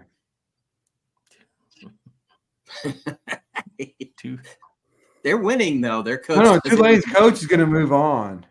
Oh, you're right. He's going to be gone. Yeah. Even though their quarterback, Pratt, has really been key there. Yeah. Ending up with you, Tom. Yeah, I think Mississippi State's is a pretty reasonable landing spot for him. It's low key, and he certainly could build up that program. Not Michigan State, though. Not Michigan State. No. Brandon, when you say you got early morning, what time's your tea time? What does that mean? No tea time. The reason why I brought up Coach O is I was reading about Indiana and other programs that are like, whatever. He won't break the bank. They just, why not put him on the map, and why not send Coach O to Bloomington? I mean, nobody has anything to lose. So. Too cold. It's too cold. It does stuff there. All right, let's it was a great talk tonight, all over the board. The playoff, the rankings haven't changed. We're not going to go down that route. Not a lot of huge matchups this weekend from what I recall. Although Chattanooga against Alabama should be a doozy. We'll get into those later. Kind of an off week except for Georgia, Tennessee. And Georgia's only a 10-point favorite right now. And segue into Bet Your Nuts. We have it here, Tom. Let's do our Bet Your Nuts quality intro and segue that you've developed. It's time for Bet Your Nuts.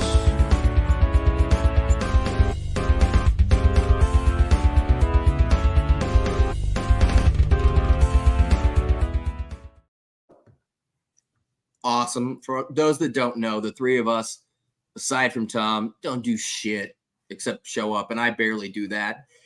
So all of these interludes, graphics, everything you see here is courtesy of Tom, who is self-taught. And you bring your knowledge. Exactly. I don't do shit. So anyway, the first game that we have on the docket, and these lines come out when we research them. And I believe that first game is going to be the aforementioned University of Georgia, the number 1 Bulldogs, a 10.5-point favorite at Tennessee during the day, which does make a difference. Yeah. Rob, I'm going to start. Well, actually, we'll start with me real quick. Georgia. Done. Tom? I think, yes, it matters, but this game's going to dip into the evening, which I always think night games tend to favor the home crowd. 10.5, I think that's a high number. I think Neyland's going to be hot. I like Tennessee to cover, but Georgia's going to win. I just said that because if it's a night game, Neyland can go nuts. Yeah. But I think the day game does steal some of the thunder, as did getting their ass kicked last week by Cody Schrader. Nevertheless, Chain 10.5 at Tennessee. So this is kind of a transition game. It's some day, some night. It's going to be very entertaining.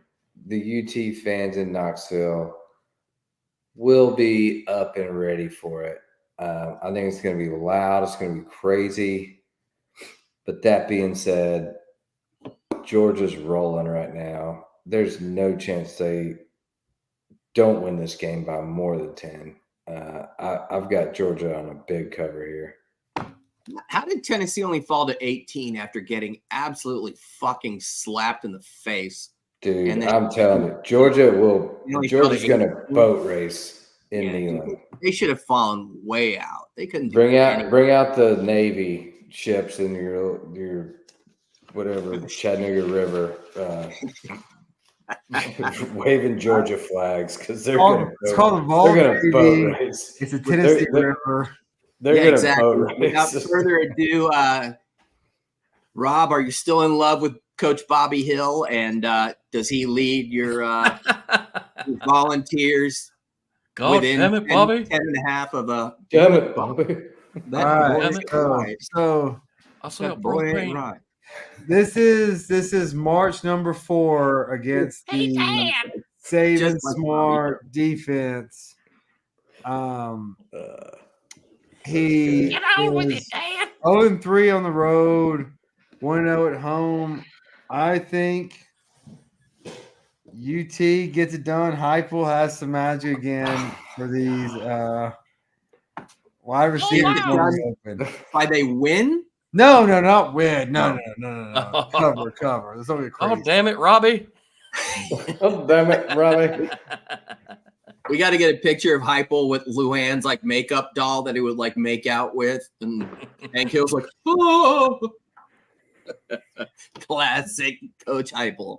All right, so Rob is, along with Tom, taking Tennessee to cover the 10.5, whereas Chain and I think it will be a boat race. Next game, the University of Utah heading into Tucson against the suddenly hot, bear down Arizona Wildcats and Jed Fish. This is number 22 at number 17. Arizona at a 1-point favorite. I'll quickly go first. I'm just Whittingham is kind of a wizard, and even though I love Arizona and their young kids, Fafita and McMillan, I got to go with the Utes here. Let's go next to you, Rob. As much as I love the U and the U being next to each other and all those T-shirts and stuff like that, this is Arizona's year. I'm going Wildcats. Chain? Arizona's year for what? So anyway, I'm going to go to the Utes. Their year to not suck. It's like imagine you playing fantasy football next year, and you have hope and dreams. Always comes. Like your potential draft next year will be. Not. He's got no hope on that day. Come on, Tom. Who'd you go with, in Utah? Yeah. I think Utah wins last week, if not for some mistakes that they made. And Arizona wins in Boulder and a walk-off kick. So I think the story is great, but 4 in a row comes to an end. Give me the Utes. If you look at that team, Whittingham They call him the answer because he's converted like 4 different dudes that were backups at different positions. They've lost all conference quarterback, NFL quarterback and rising. Their 2 lead running backs, their 2 top tight ends, a top linebacker in Barton, literally like 8 or 9 dudes that were the best at those positions. And they keep on rolling. And even if they don't win, they just fight you till the end. And oddly enough, the only game where they shit the bed totally was at home against Oregon, who looked unreal that day. But every other game, they've been so competitive. And you call them the underdog. I think Arizona's in for a rude awakening. I want to take Roz to like a county fair and be like, hey, he can name you the 3rd string running back for Utah. Yeah. Where did you go to high school? He knows 7 dudes from your high school. I don't know anybody. I don't know what I did yesterday, but No. Moving on. Speaking of those quacks, Dan Lanning, who looks like he should be fit like Chris Pratt, but's got man boobs. I don't like weird dudes that get overly excited like a douche on the sideline and they're not fit. Like if you have that much energy, get your ass in the gym. Sorry, that was just me. Oregon, a 23.5-point favorite at Arizona State. Let's start with Tom. Home game for Arizona State. 23.5 is a high number. I think Arizona State covers. Oregon will win. All right. Rob? Man, that's a big number. I'm going Arizona State too against my better judgment. Shane? Boys, these are the easiest 3 lines that Vegas has put out in quite some time. You got UGA plus 10.5, Utah plus 1, Oregon plus 20, whatever. Give me Oregon's to boat race Arizona State. Right. Oregon's line is 23 though, right?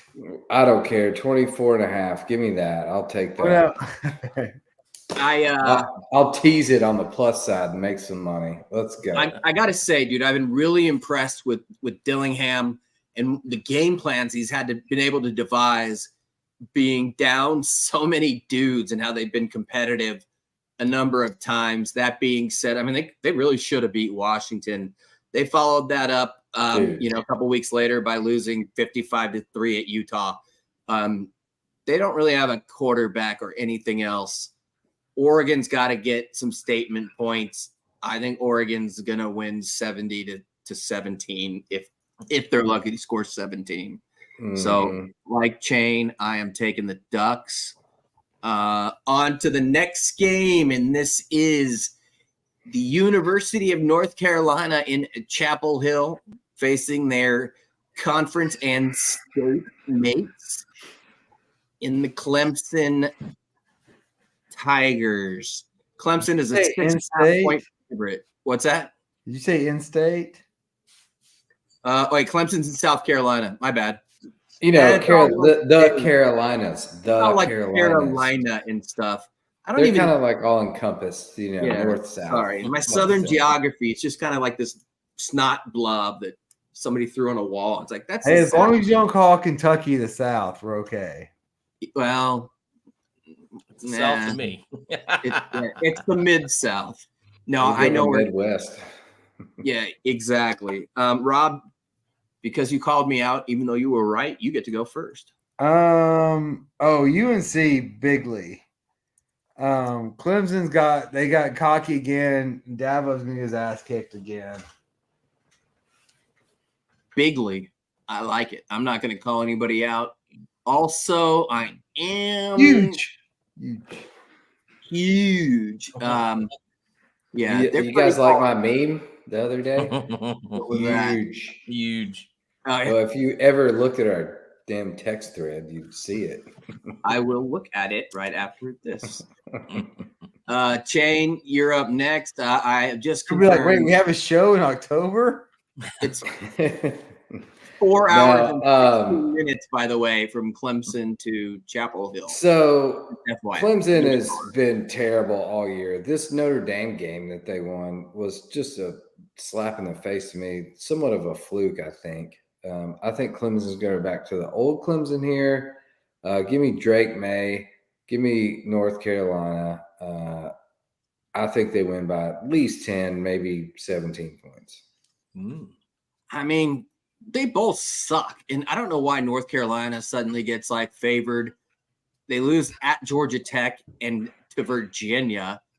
And then this is North Carolina. Then they beat Campbell and they beat Duke by 2. And they're like, oh, you're ranked again. And same story with Clemson. They beat Notre Dame.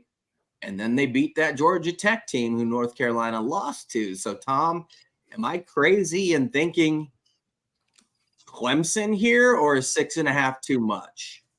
I'm gonna take Clemson. I'm buying stock like Dabo said 2 weeks ago. Give me the Tigers. They're gonna come rolling off that bus behind the goalpost and run down on that field.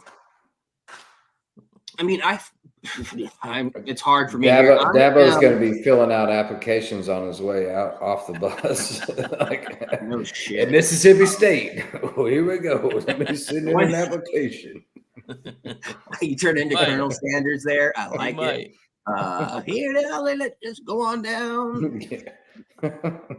I'll leave that one alone. I think they both suck.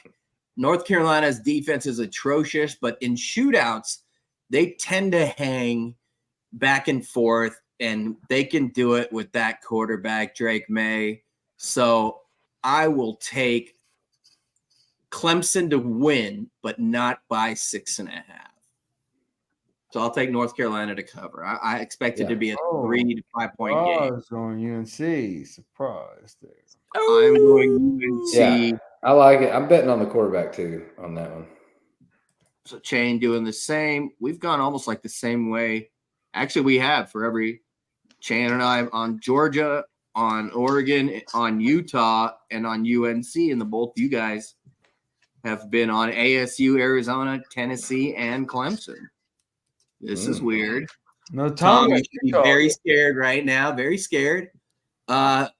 Next, we have one more game after this. This game, the Battle of Kansas State, going into Lawrence to face the Kansas Jayhawks. The Wildcats are an 8-point favorite. Robbie, I'm going to start with you. I call this the Texas A&M game. And I'm going to go – both these coaches are program builders. They've both done a great job in impossible situations. I go KU at home, pull the upset. Yeah, is there any chance Daniels – that guy gets hurt every game. Is there any chance he plays, or is he done for the year? I don't know where they're at with that. Does anybody know? Not going to lie, my Kansas injury report is not up to speed. We gave that intern the day off, folks. Yeah, Now fired. they're off for the holidays. Come back to me on January 1st. They're reporting back to work. He is now fired. Because if he plays, man, I think they have a good shot, but that guy's not going to play. Let's be real.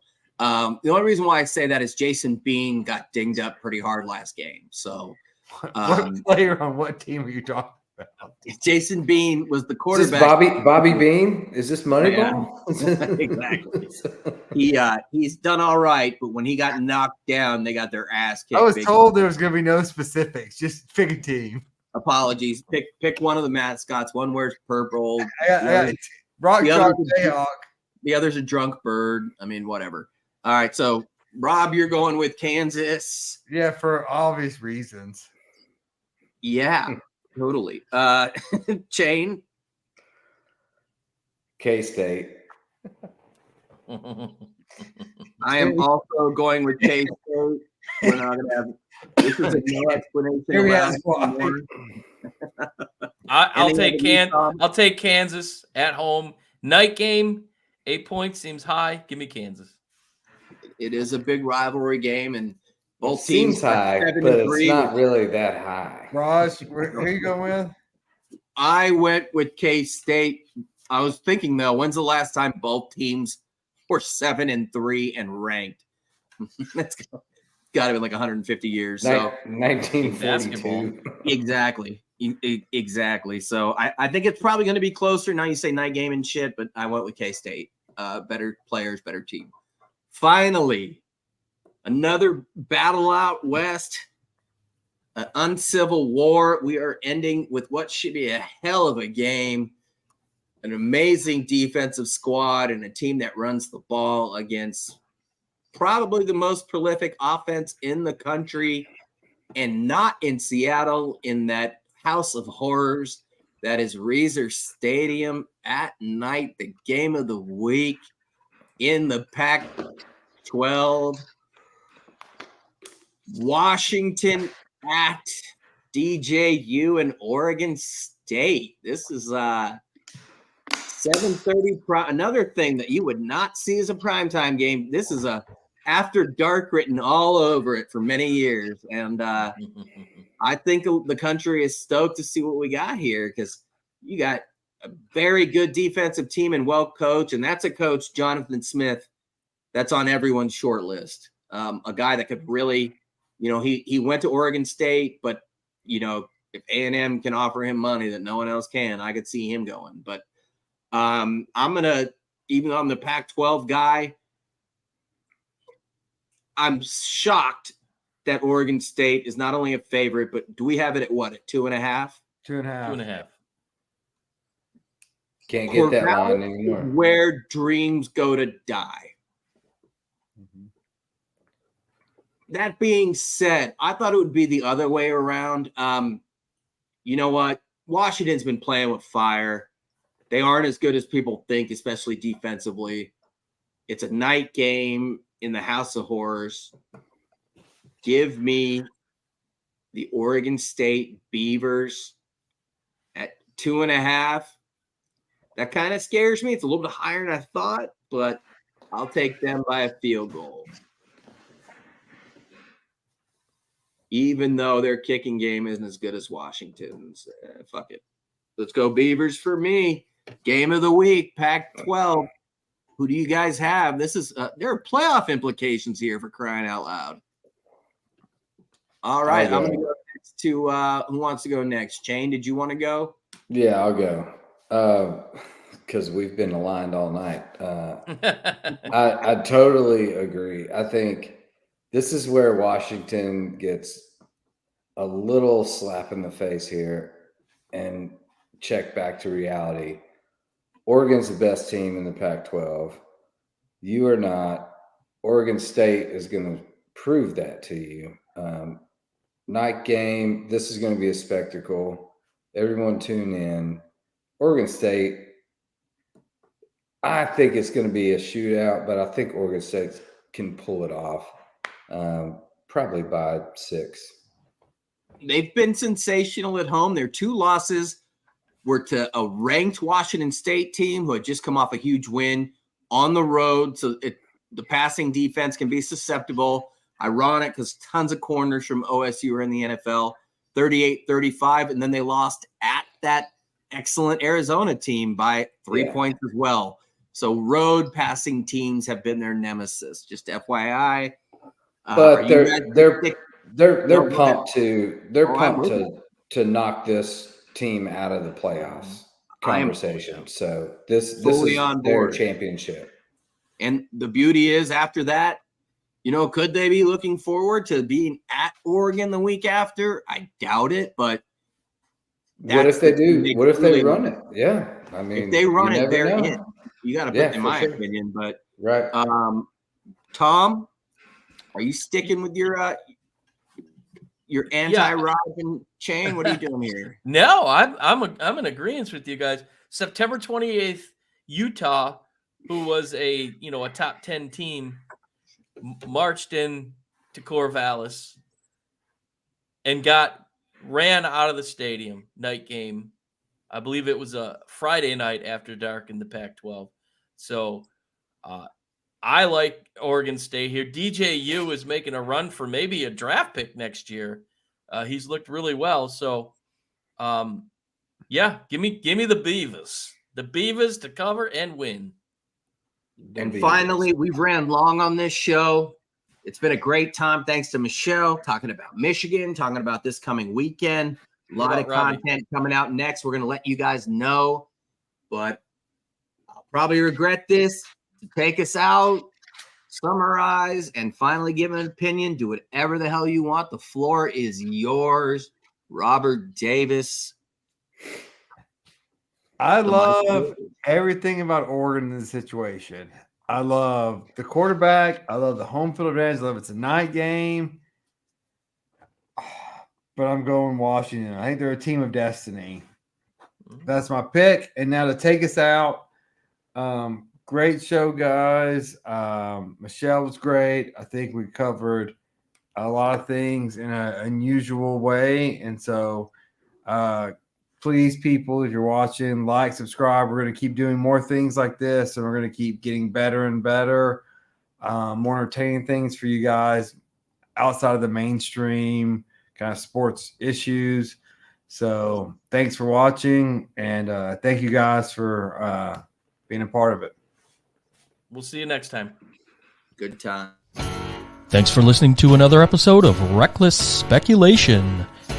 Don't forget to follow us on Facebook, Twitter, TikTok, and YouTube searching Reckless Speculation. Catch us on Apple Podcasts, Spotify, or wherever you get your podcasts. We look forward to catching you right here next week with another exciting episode of Reckless Speculation.